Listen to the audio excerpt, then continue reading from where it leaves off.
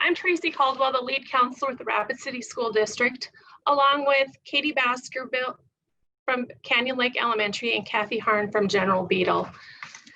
Thank you for joining us today. We're looking forward to the start of our school year, and we know that it's been a difficult time for families, students, school staff, and our entire community. As we prepare for back to school, our students, families, and staff are all experiencing new challenges. But it is time to start preparing our students for school, whether it be at the school buildings, for on-campus learning, or for our distance learning. Today, we're going to be sharing some tips for parents to help students with their academic and mental health needs. We are not medical experts, but our nurses will be hosting a session to share more information related to the medical issues on September 2nd through this same platform.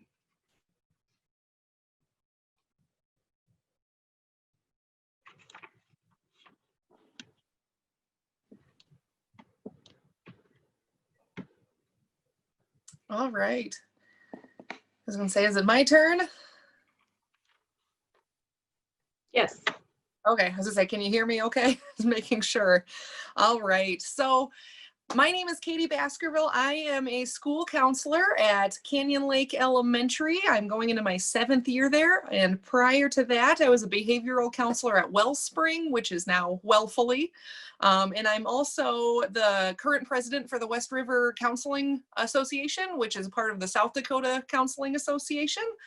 So just a little bit about me quick, and I'm excited to be here today and very excited that we're starting our school year. So first of all feelings are okay.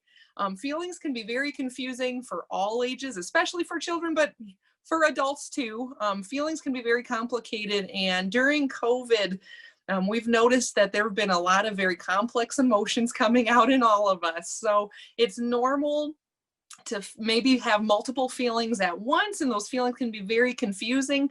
So it's important to talk to your kids about feelings and what's going on. We talk about feelings all the time at school, especially as school counselors.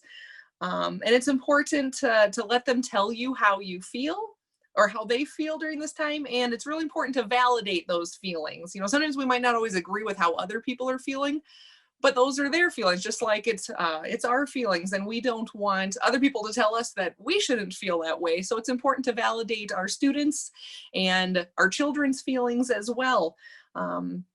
So one example that I can give you guys that, you know, maybe I've heard a lot lately is, you know, I'm angry, I can't play with my friends.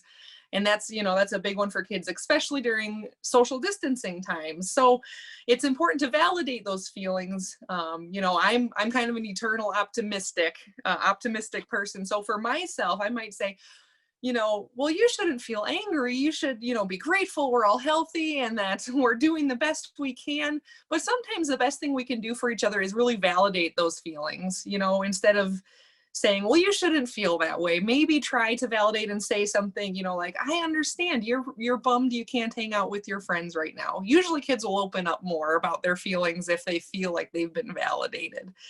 So that's just an important thing to keep in mind.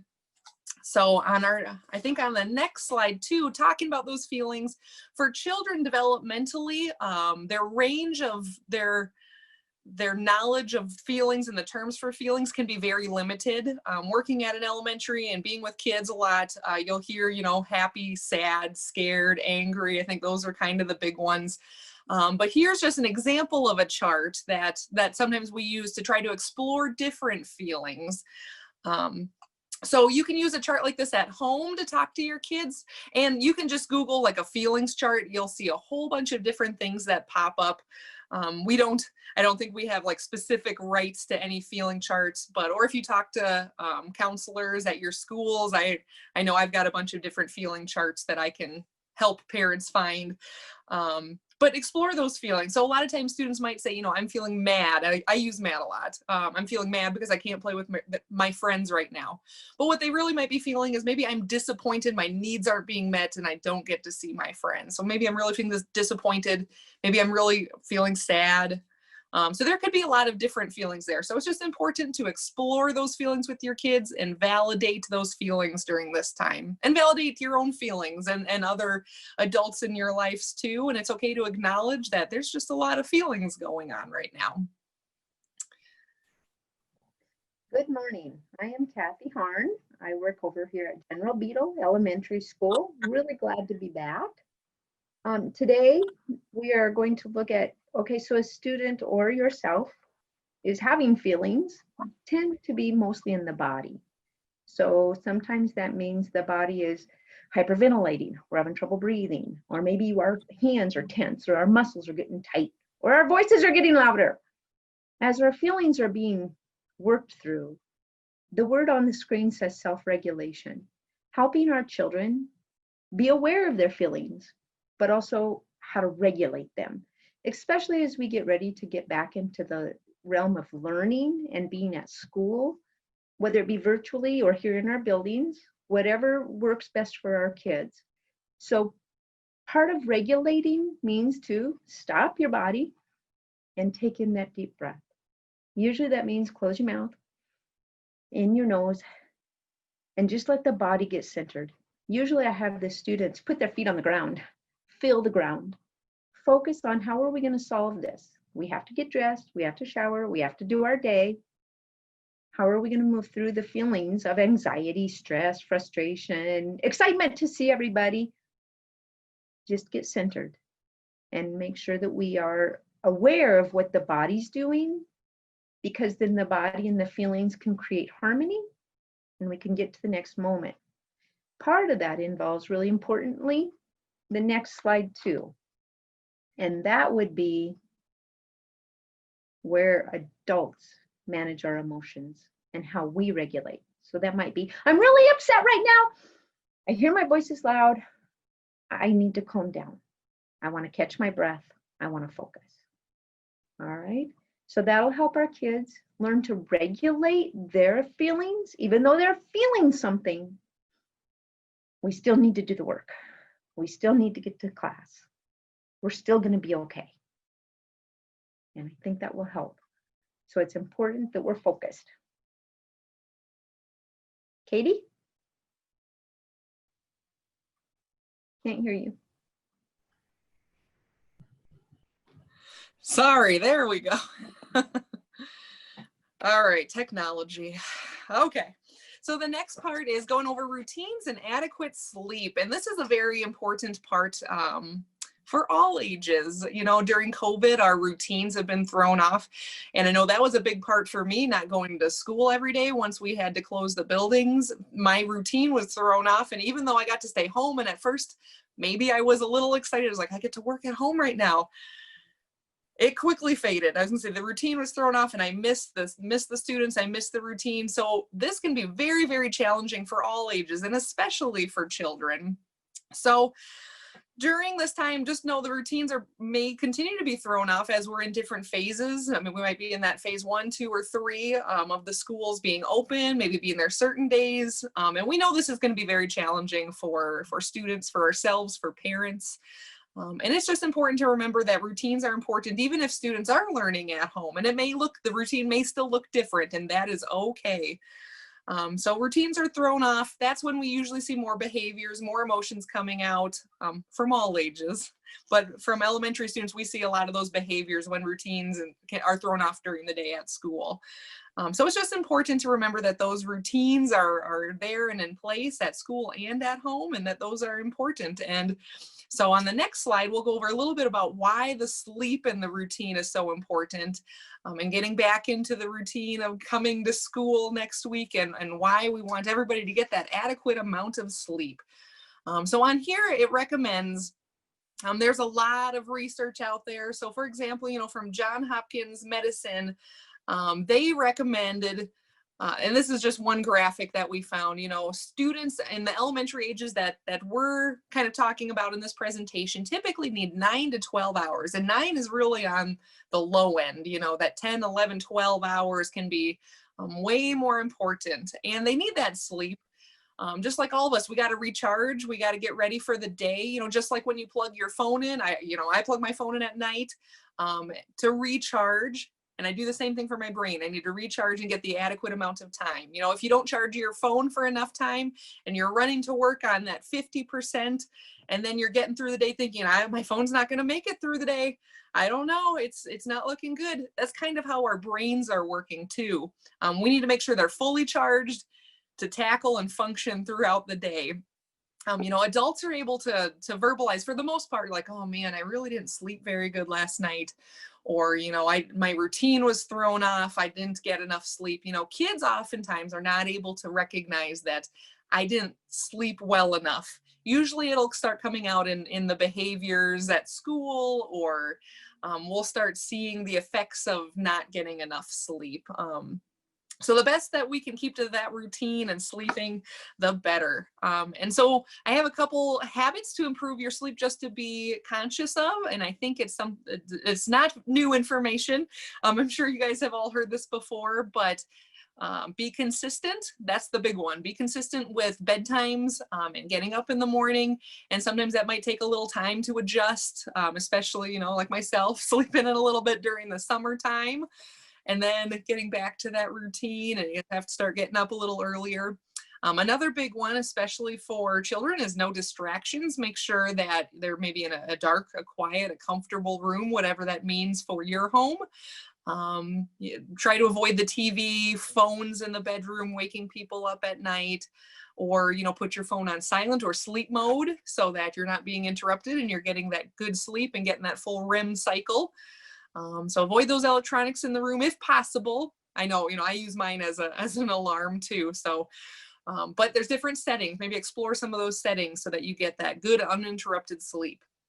Another tip would be avoid large meals or caffeine before bedtime, because digestion can definitely play a role in our sleep. And then during the day, make sure we're being active and that we're getting our exercise, we're eating healthy. There's a lot of different tips out there for better sleep. And for example, I just looked at Johns Hopkins University and the Mayo Clinic, and they had a lot of great information out there. So kids need more sleep. It's just important to keep that amount of sleep in mind because their brains are developing and they just need more than adults do. So sleep is important for those kiddos and for all of us. All right, now that we've had the kids get some sleep, and now that they're focused on doing their schoolwork so they can be lifelong learners, a huge thing to get back into is helping them establish a quiet workspace.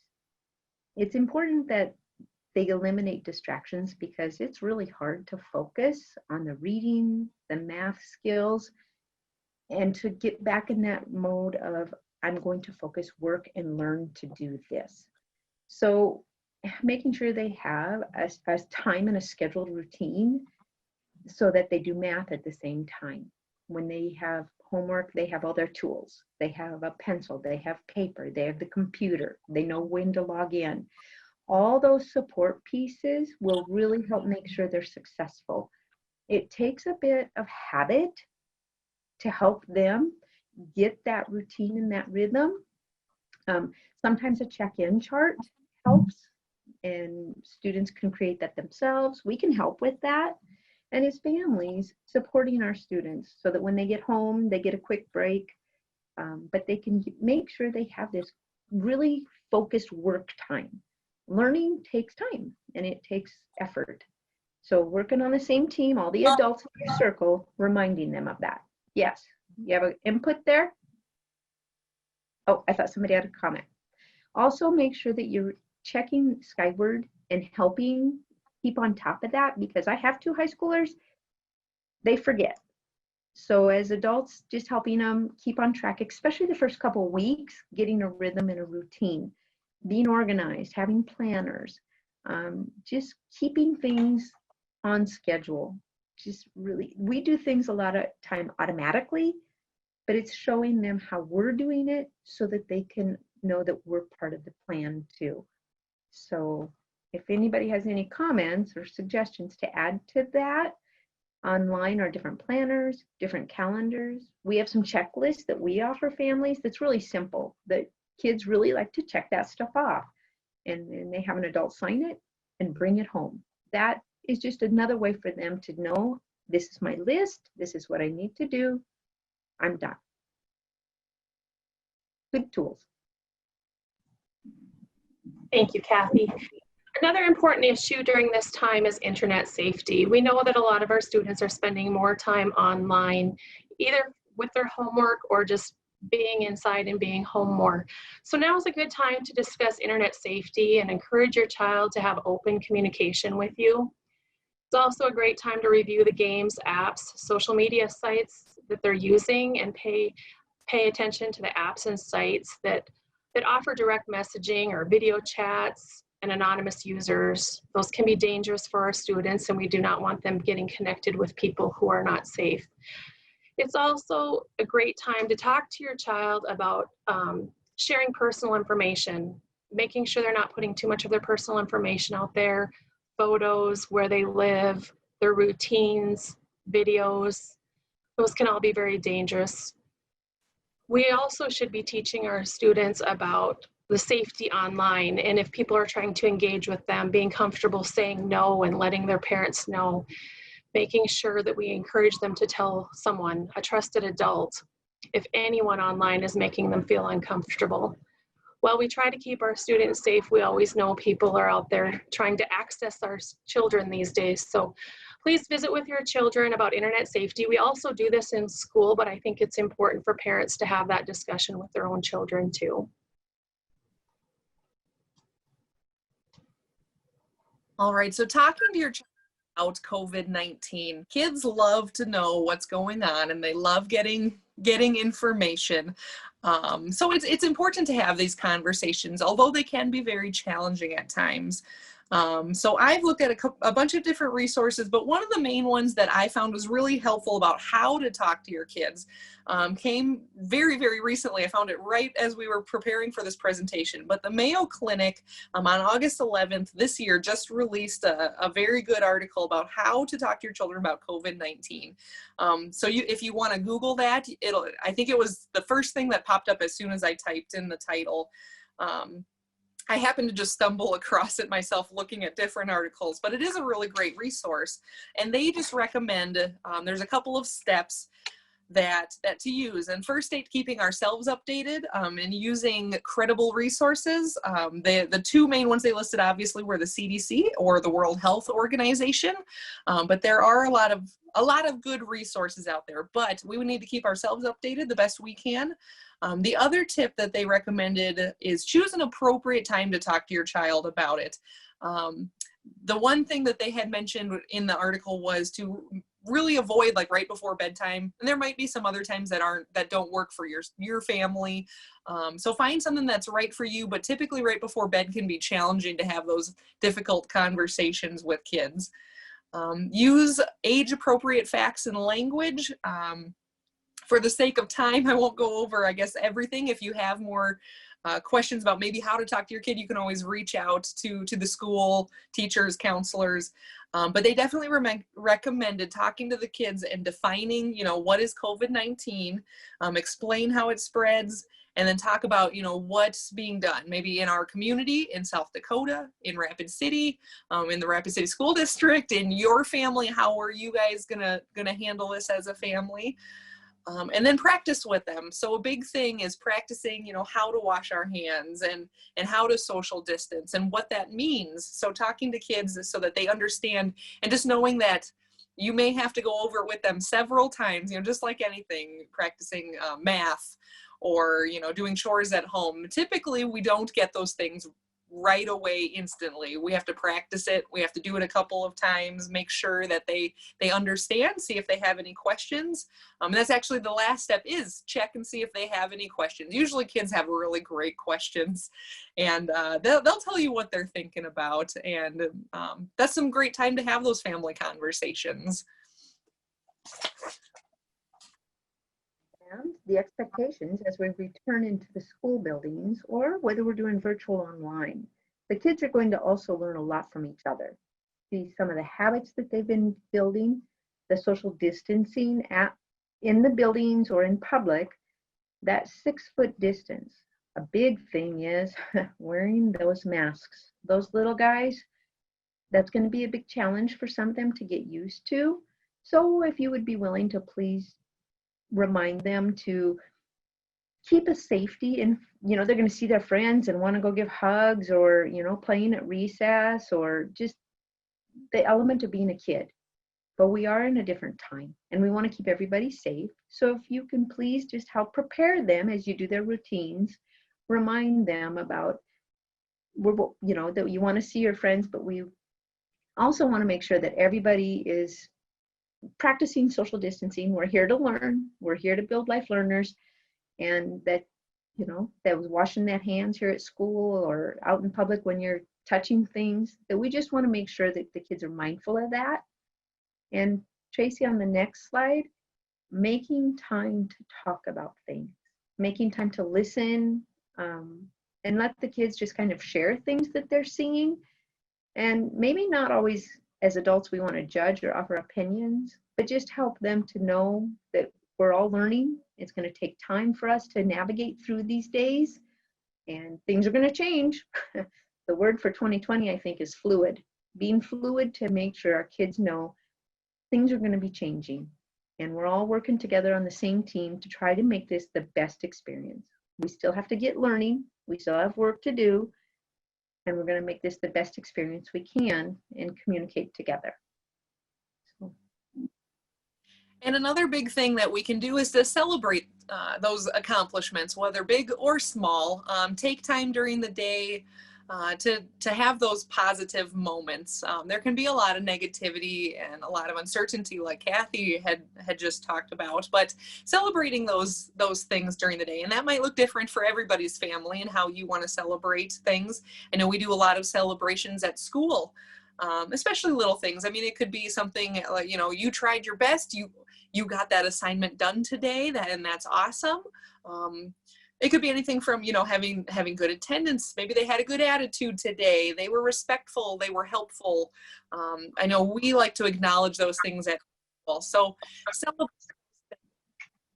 one of my favorite quotes, I just want to share with you guys, from Kid President. I use a lot of Kid President things with my students. If you don't know who he is, you should definitely look up some of his videos on YouTube. One of my favorite quotes is, if you can't say something, or if you can't think of anything nice to say, then you're not thinking hard enough. We can always find things to celebrate and find those positive things throughout our day. There's so much hard stuff going on, so we need to celebrate even the small stuff, whatever that looks like for your family.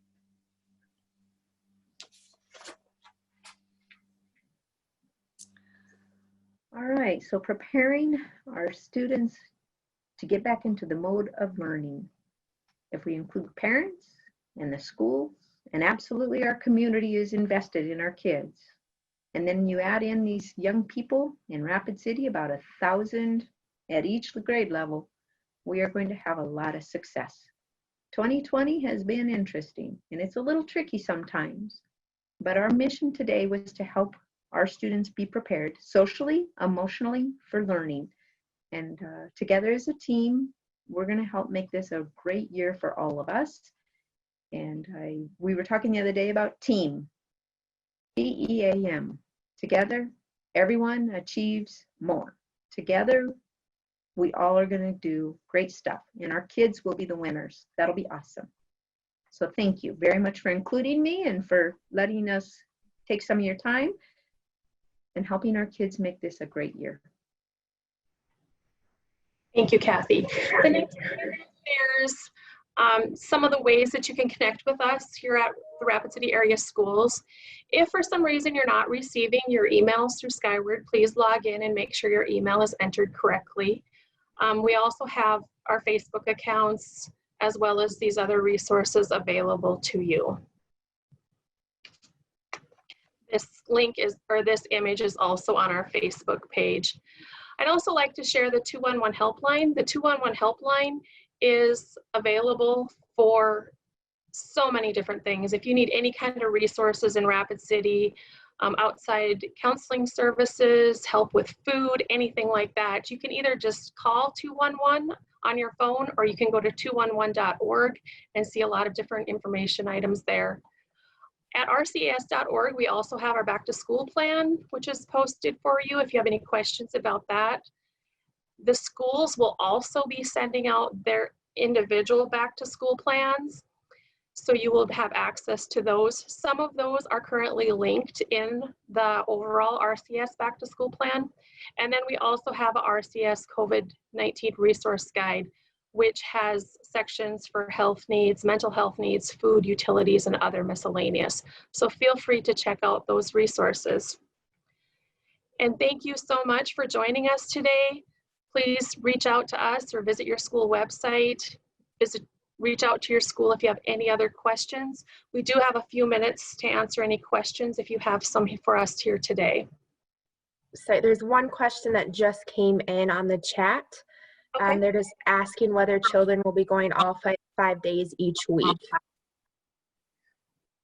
That has not been determined yet, which phase we are starting in.